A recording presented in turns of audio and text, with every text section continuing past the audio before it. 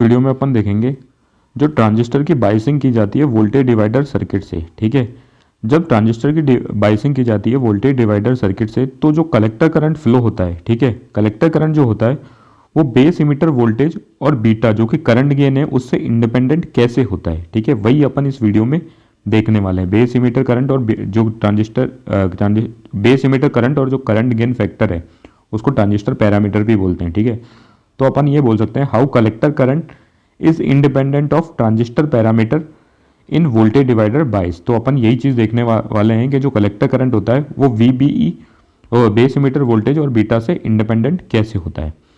तो देखो, मैंने वोल्टेज डिवाइडर ट्रांजिस्टर का सर्किट बनाया with voltage divider biasing R1 और R2 के साथ। ठीक है, जो R2 के अक्रॉस जो वोल्टेज ड्रॉप होती है जिसको मैं VB नाम देता हूँ, वही क्या करती है, इस ट्रांजिस्टर की बाइसिंग करती है। बाइसिंग मतलब इसको एक्टिव रीजन में लाती है, मतलब कि बेस इमीटर जंक्शन को फॉरवर्ड बाइस करती है और बेस कलेक्टर जंक्शन को रिवर्स बाइस करती है। अपन को ये देखना है कि जो कलेक्टर करंट फ्लो करता है इस कंडीशन में वो बेस इमीटर वोल्टेज और बीटा से इंडिपेंडेंट कैसे होता है। तो देखिए, चलिए अपन शुरू करते हैं इसमें। सबसे पहले तो अपन देखेंगे कि बेस इमीटर वोल्टेज से इंडिपेंडेंट कैसे होता है। देखो, मैं आपको एक एक चीज़ बताऊंगा, आपको घबराने की बिल्कुल ज़रूरत नहीं है। ठीक है, बिल्कुल आपको एक एक चीज़ समझ में आएगी। देखो, वो सर्किट मैंने सिंप्लीफाई करके फिर से बना लिया, मतलब वैसा का वैसा ही बनाया जो मुझे चीज़ें ज़रूरत थी। ठीक है, ये वाला पार्ट बना लिया वोल्टेज डिवाइडर और ये वाला पूरा पार्ट मैंने बना लिया क्योंकि मुझे VBE से रिलेशन बताना, IC का रिलेशन फाइंड आउट करना है। ठीक है, तो वो मैंने पूरा का पूरा ड्रॉ कर लिया। ये कलेक्टर करंट हो गया, इस VCC की वजह से आई करंट फ्लो कर रहा है। ठीक है, और यही आई करंट ही इस R2 के अक्रॉस फ्लो कर रहा है। ठीक है, देखो यहाँ पे एक चीज़ मैं बता दूं यार, थोड़ा सा मैंने काफ़ी बार बताया भी है, ये जो आई करंट होता है ना वो बेस करंट से बहुत ही ज़्यादा होता है। देखो, मैंने यहाँ पे लिख भी रखा है उस वाली चीज़ के बारे में, आप चाहो तो इसको रीड कर सकते हो, मैं आपको यहाँ पे समझा देता हूँ। ये जो आई करंट होता है ना ये इस बेस करंट से बहुत ज़्यादा होता है।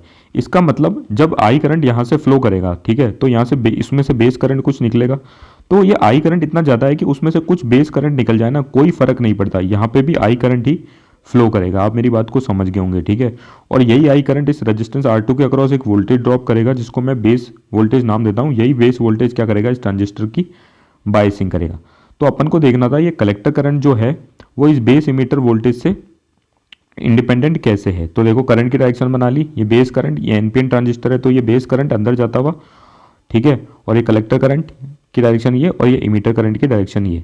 तो देखो, सबसे पहले अपन को इस लूप में क्या लगाना है, KVL, Kirchhoff's voltage law. Kirchhoff's voltage law क्या कहता है, जो एल्जेब्रिक सम होता है वोल्टेज का अराउंड अ क्लोज लूप वो कितना होता है, 0।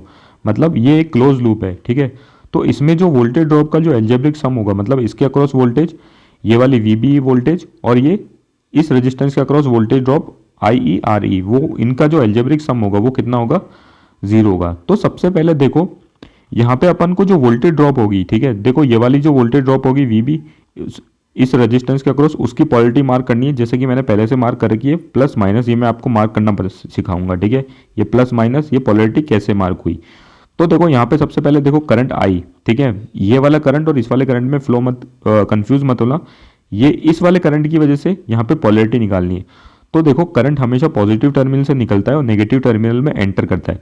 तो देखो, करंट ऐसे फ्लो कर रहा है, मतलब यहाँ से निकल रहा है और यहाँ पे एंटर कर रहा है, तो ये वाला टर्मिनल पॉजिटिव और ये वाला टर्मिनल नेगेटिव, तो इस वाले वोल्टेज की पोलरिटी आ गई। अब VBE की पोलरिटी कैसे, देखो ये बेस करंट है, ठीक है, ये यहाँ से एंटर कर रहा है और यहाँ से ही निकल रहा है। तो देखो, यहाँ से एंटर कर रहा है और यहाँ से निकल रहा है, तो ये वाला टर्मिनल पॉजिटिव और ये वाला यहाँ पे एंटर कर रहा है, तो ये वाला टर्मिनल नेगेटिव। अब इसके अक्रॉस वोल्टेज ड्रॉप करंट देखो, ये IE ऐसे फ्लो कर रहा है, ठीक है, मतलब यहाँ से निकल रहा है और यहाँ पे एंटर कर रहा है, तो जिससे निकल रहा है वो पॉजिटिव टर्मिनल और जहाँ पे एंटर कर रहा है वो नेगेटिव टर्मिनल। तो देखो, ये वोल्टेज की पोलरिटी मैंने मार्क करके बता दी। ठीक है, सॉरी, जो वोल्टेज ड्रॉप की जो पोलरिटी है वो मार्क करके दिखा दी। अब देखो, यहाँ पे वोल्टेज ड्रॉप की पोलरिटी जैसे कि मैंने पॉजिटिव ली है, यहाँ पे नेगेटिव ली है और यहाँ पे पॉजिटिव ली है। तो देखो वो कैसे लेंगे, देखो यहाँ पे अपन को ऐसे देखना है कि भाई देखो KVL किस डायरेक्शन में लगा रहे हैं। देखो KVL मैंने करंट का डायरेक्शन ये वाला लिया है, इस डायरेक्शन में लगा रहे हैं KVL, ठीक है, इस वाले डायरेक्शन में, जैसे कि मैंने यहाँ पे बता रखा है करंट का डायरेक्शन ये वाला। तो देखो यहाँ पे करंट जिस टर्मिनल से लीव कर रहा है ना वो वाली पोलरिटी लेंगे। कहने का मतलब है, देखो अगर मुझे इसके अक्रॉस VB की पोलरिटी लेनी है तो देखो यहाँ पे ये जो करंट आई है वो पॉजिटिव टर्मिनल से लीव कर रहा है, तो बेस वोल्टेज की पोलरिटी क्या लेंगे, पॉजिटिव। ठीक है, अब देखो ये करंट ऐसे, ये आई जो करंट है वो ऐसे फ्लो करता हुआ आया और बेस इमीटर वोल्टेज के नेगेटिव टर्मिनल से लीव कर रहा है, तो बेस इमीटर वोल्टेज की पोलरिटी क्या लेंगे, negative.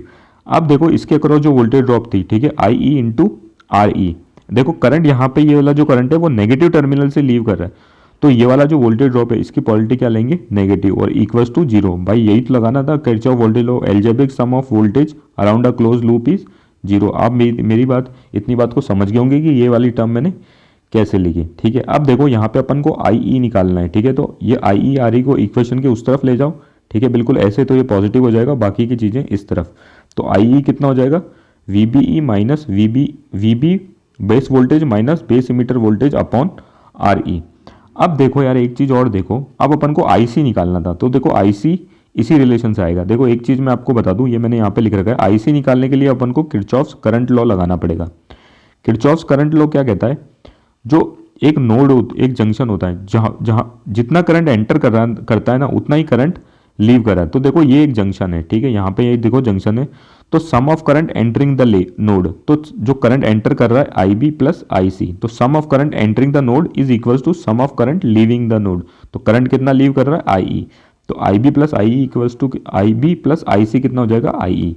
Some of current entering the node मतलब I B plus I C equals to sum of current leaving the node, तो करंट तो सिर्फ एक ही लीव कर रहा है, तो वो कितना है, आई। तो मैं एक रिलेशन यहाँ पे आया कि I B plus I C equals to कितना होगा, आई ई, ठीक है। तो जो आई ई की वैल्यू है, ठीक है, वो कितनी होगी, आई बी प्लस आई सी, ठीक है।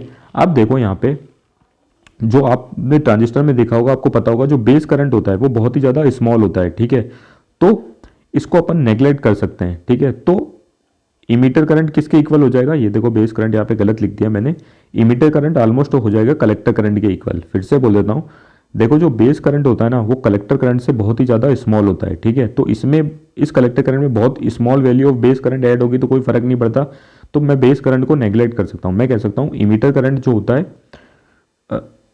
ये भी यार मैंने यहाँ पे गलत लिख दिया, देखो ये वाली बात को मत देखना, अब मैं आपको वैसे ही बताता हूँ, ये बता तो सही रहा हूँ, लिखा गलत है, ठीक है, इस वाली बात को भी आप हटाओ इसको यहाँ पे, ठीक है, इसको मत देखना। बेस करंट जो होता है, सॉरी कलेक्टर करंट जो होता है, यहाँ पे लिखना था, कलेक्टर करंट जो होता है वो बेस करंट से बहुत ही ज़्यादा होता है, तो इतने ज़्यादा कलेक्टर करंट में बेस करंट, थोड़ा सा बेस करंट ऐड करने से कलेक्टर करंट की वैल्यू पे कोई फर्क नहीं पड़ेगा, तो मैं यहाँ पे बोल सकता हूँ कि जो कलेक्टर करंट होता है वो ऑलमोस्ट इक्वल होगा किसके, इमीटर करंट के, ठीक है। यहाँ पे बोल सकते हैं बेस करंट को नेगलेक्ट करेंगे तो इमीटर करंट जो होगा ऑलमोस्ट इक्वल होगा कलेक्टर करंट के, तो देखो इमीटर करंट की जगह अपन लिख सकते हैं कलेक्टर करंट, ठीक है।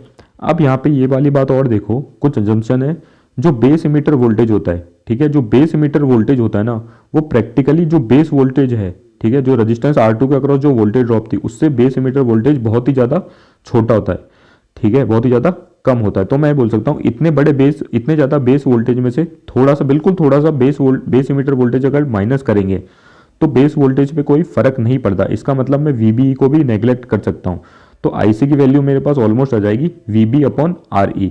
तो आप ये देख सकते हो यहाँ पे कि जो IC है वो प्रैक्टिकली इंडिपेंडेंट है VBE के। देखो यहाँ पे जो IC है वो VBE पे डिपेंड कर ही नहीं रहा है, तो सबसे पहला तो ये हो गया कि IC जो है VBE पे डिपेंड नहीं करता। ये आपने एक बात देख ली। अब देखनी थी कि वो करंट गेन से कैसे इंडिपेंडेंट होता है, मतलब बीटा से जो IC है वो इंडिपेंडेंट कैसे होता है। तो देखो जो सबसे पहले ये अपना ट्रांजिस्टर का जो सर्किट था, ठीक है, इसका थेवेनिन इक्विवेलेंट सर्किट बनाना है, ठीक है। तो देखो थेवेनिन इक्विवेलेंट सर्किट कुछ ऐसा सा बनता है। अब देखो अगर किसी को उससे थेवेनिन इक्विवेलेंट सर्किट नहीं बनाना आता ना, तो मैंने इसी प्लेलिस्ट के अंदर इस पर एक सेपरेट वीडियो बना रखा है, बहुत ही सिंपल है इसका थेवेनिन इक्विवेलेंट सर्किट बनाना, तो आप वहाँ से देख सकते हो। देखो मैंने ये वोल्टेज की पोलरिटी मार्क करना बता दी, ठीक है, और ये भी बता दिया कि इसके अक्रॉस जो वोल्टेज की जब KVL लगाएंगे इस लूप में, ठीक है, इस KVL में जब इस लूप में जब KVL लगाएंगे तो ये वोल्टेज की पोलरिटी पॉजिटिव नेगेटिव ये कैसे आ रही है, ठीक है, ये भी बता दिया। तो देखो मैं आपको वापस से बताता हूँ, इस लूप में अपन को KVL लगाना है, ठीक है, इस लूप में अपन को KVL लगाना है, ये थेवेनिन वोल्टेज है, ये RTH है, ठीक है, और ये बेस इमीटर वोल्टेज है, ठीक है। तो इसमें अपन को थेवेनिन लगाना है, इसका मतलब इसके अक्रॉस ये वाला वोल्टेज प्लस इसके अक्रॉस वोल्टेज ड्रॉप प्लस ये वाला वोल्टेज ड्रॉप प्लस ये वाला वोल्टेज ड्रॉप का सम कितना होना चाहिए, 0। तो देखो यहाँ पे जो करंट लीव कर रहा है वो पॉजिटिव टर्मिनल से लीव कर रहा है, तो VTH पॉजिटिव, यहाँ पे जो करंट लीव कर रहा आई वो नेगेटिव टर्मिनल से लीव कर रहा, तो इसके across voltage drop I B, और I B into R T H वो लेनी है नेगेटिव, ठीक है। और ये वाली जो वोल्टेज है वो लेना है नेगेटिव, क्योंकि यहाँ पे करंट जो लीव कर रहा है वो नेगेटिव टर्मिनल से लीव कर रहा है, तो वी बी भी नेगेटिव। और इसके अक्रॉस जो वोल्टेज ड्रॉप है I E into R E वो भी क्या लेनी है नेगेटिव, क्योंकि ये जो करंट यहाँ से जो लीव कर रहा है वो नेगेटिव टर्मिनल से लीव कर रहा है। तो इन चारों जो वोल्टेज ड्रॉप है, ठीक है, उनका जो सम है वो कितना होगा 0, ठीक है। अब यहाँ पे फिर से देखो, जहाँ पे आई है उसको रिप्लेस करो आईसी पे, आईसी से, वो मैंने आपको बता दिया कैसे, क्यों, तो ठीक है, पहले भी बता दिया था, I almost equals to IC होगा। अब जो बीटा होता है करंट गेन, वो क्या होता है collector current upon base current. तो देखो बेस करंट की जो वैल्यू है वो अपन यहाँ से निकाल सकते हैं, क्रॉस मल्टीप्लाई करेंगे तो बेस करंट कितना हो जाएगा कलेक्टर करंट अपॉन बीटा। तो देखो आई ई जहाँ पे, जैसे यहाँ पे आई है उसको आई सी से रिप्लेस करो, और जो बीटा है जैसे कि यहाँ पे बीटा है उसको रिप्लेस कर दो आई सी अपॉन बीटा से। तो देखो ये वाली इक्वेशन कुछ ऐसी सी बन जाएगी, ठीक है। अब देखो आई सी वाली टर्म को एक तरफ ले जाओ, तो ये वाली टर्म थी और ये वाली टर्म थी, इनको अपन एक तरफ ले गए और बाकी वाली टर्म एक तरफ ही, ठीक है। यहाँ से आई सी कॉमन आ जाएगा, ये आई सी कॉमन आ गया, तो यहाँ पे बच गया are T H upon beta plus R E, ठीक है। आई सी निकालना है तो ये वाली जो टर्म है इसके डिवाइड में चली जाएगी, तो यहाँ पे आ जाएगा आई सी की वैल्यू आ जाएगी we T H minus base emitter voltage upon are T H upon current gain plus are E. अब देखो आर टी एच जो था, ठीक है, मैं आपको बताता हूँ, ये थेवेनियन जो रेजिस्टेंस था ये बहुत ही कम वैल्यू होती है, ठीक है। R1 और R2 को पैरेलल में ऐड करके ये RTH की वैल्यू आती है, ठीक है। और उसको भी डिवाइड कर रहे हैं अपन बीटा से, तो बीटा की वैल्यू ऑलमोस्ट 200 होती है। तो ये वाली जो वैल्यू है ना वो बहुत ही ज़्यादा लेस होती है, किससे 1 से। तो RE में इतनी कम वैल्यू अगर अपन ऐड करेंगे, ठीक है, तो RE पे कोई फर्क नहीं पड़ता। मतलब कहने का मतलब इस वाली टर्म को अपन फिर से नेग्लेक्ट कर सकते हैं। तो जो आई सी कलेक्टर करंट की जो वैल्यू आएगी वो कितनी आ जाएगी we T H minus base emitter voltage upon R ई, ठीक है। तो देखो यहाँ से भी अपन देख सकते हैं जो कलेक्टर करंट है वो बीटा से ऑलमोस्ट इंडिपेंडेंट है। तो देखो अपन यहाँ पे भी बोल सकते हैं कि I C is almost independent on beta also. तो मैंने आपको बताया था कि कलेक्टर करंट बीटा से भी इंडिपेंडेंट है और बेस इमीटर वोल्टेज से भी इंडिपेंडेंट है। और या मैं कह सकता हूँ जो कलेक्टर करंट है वो ट्रांजिस्टर के जो पैरामीटर होते हैं बीटा या फिर बेस इमीटर वोल्टेज उससे इंडिपेंडेंट कैसे होता है वोल्टेज डिवाइडर सर्किट में। Thank you.